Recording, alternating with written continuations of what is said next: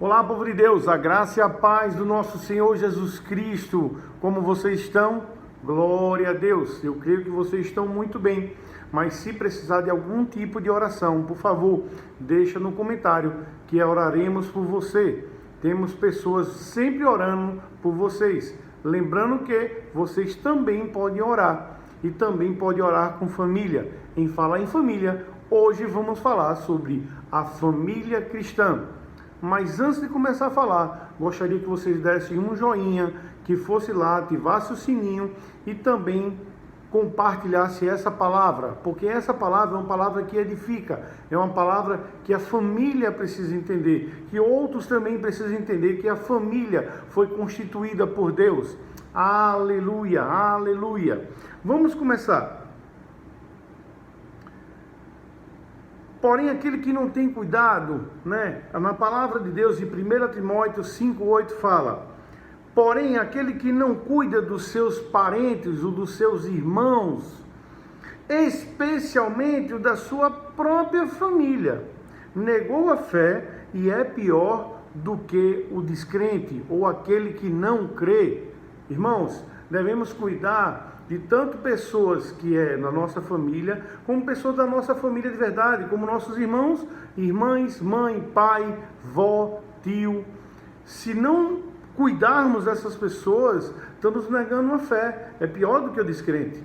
Então devemos cuidar de pessoas de fora, como nossos irmãos, tudinho, devemos, amém? Mas primeiramente devemos cuidar do que é de casa, porque o mesmo jeito que você merece a salvação, o das suas casas também precisam de conhecer a palavra de Deus que você conhece, amém? E assim, logo também depois, Jesus começou a falar sobre isso, sobre família, e Jesus fala exatamente em Mateus 12:47. Vamos lá.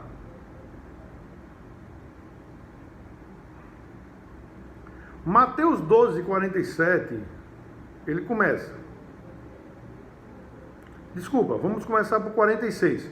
Quando Jesus andava falando ao povo, a mãe e seus irmãos dele chegaram. Ficaram ao lado de fora e pediram para falar com ele. Então alguém disse a Jesus: Jesus, escuta, a sua mãe e seus irmãos estão lá fora, querem falar com o Senhor. E Jesus perguntou: quem é a minha mãe? Quem são meus irmãos? E apontando para os discípulos, entenda aí, viu, os irmãos? Ele apontou para os discípulos, não era quem estava lá fora, não eram os irmãos discípulos, não, eram os irmãos de Jesus. E ele falou, apontando para os discípulos, disse: vejam, aqui estão minha mãe, meus irmãos e minha família. Pois quem faz a vontade do Pai, que está nos céus, é meu irmão, minha irmã, minha mãe e minha família. Aleluia, aleluia.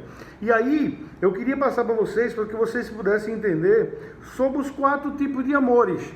Alguns deixaram de uso quando está no Antigo Testamento e outros se tornaram ser mais fortes no Novo Testamento. Vamos lá.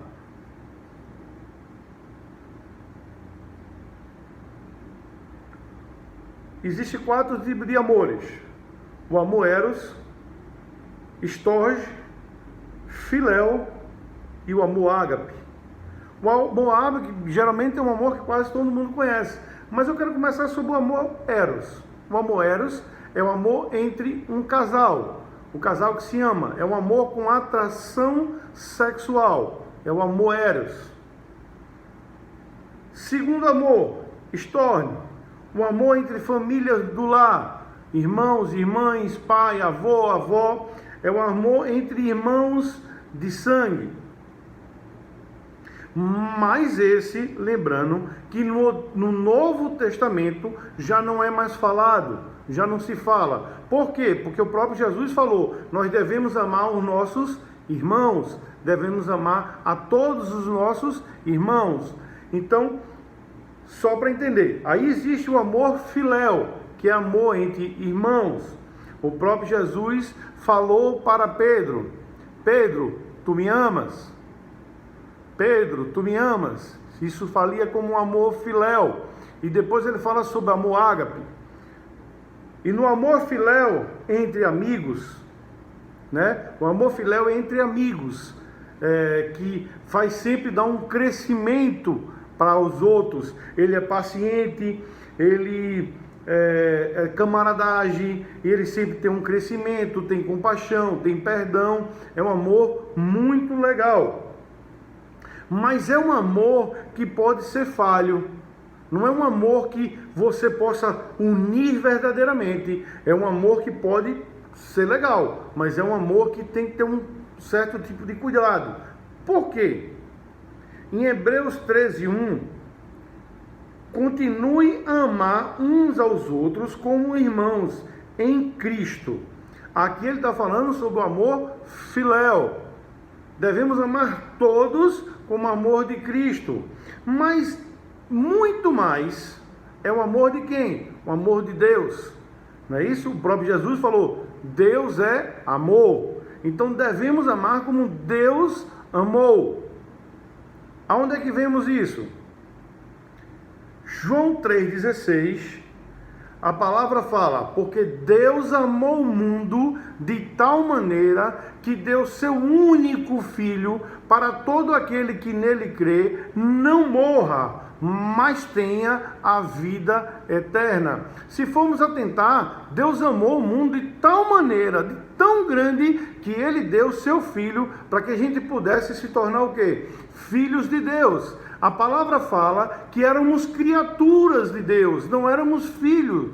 Mas aquele que aceitou Jesus, em João 1, fala que aquele que aceitou Jesus deram um poder de serem feitos filhos de Deus.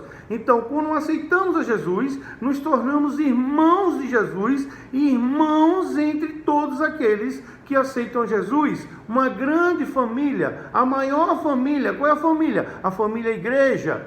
Aí somos um só corpo, uma só família, uma única. E aí é quando dá muito mais ênfase no Novo Testamento ao amor ágape. E eu queria que a gente abrisse em 1 João 3,16. Em 1 João 3,16, fala como deve ser a vida, como deve ser tão importante. 1 João 3,16. Nisso conhecemos o amor, que Cristo deu a sua vida pelos seus irmãos. Olha aí, Ele deu a vida por quem? Por mim e por você, que somos irmãos. Ora, deixa eu voltar. Deu a vida por nós. E nós devemos dar a vida pelos nossos irmãos.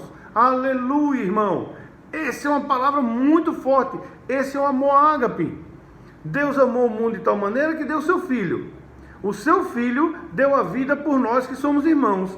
E nós, como Cristo fez, devemos, se for o caso, dar a vida por nossos irmãos. Por quê? Porque amamos nossos irmãos, temos o mesmo sentimento que houve em Cristo Jesus. Em Filipenses 2, vamos lá, Filipenses 2:5.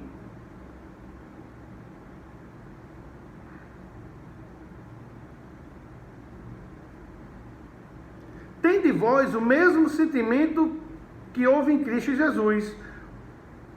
Entendeu? Tem o mesmo sentimento que houve em Cristo Jesus. Então devemos ser imitadores que teve o sentimento de Cristo. Ele se deu, ele se esvaziou da sua glória, pois ele subsistindo em forma de Deus, não usou usurpação ser igual a Deus.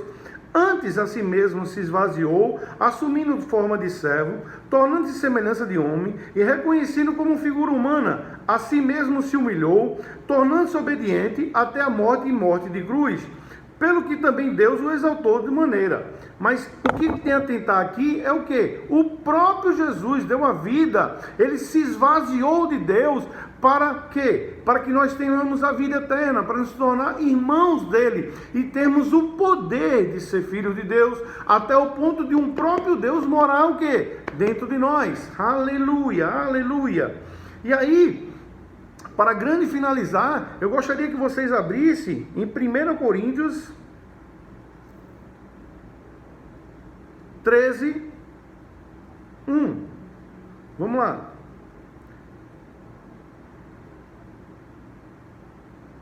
Vamos começar a partir do 3.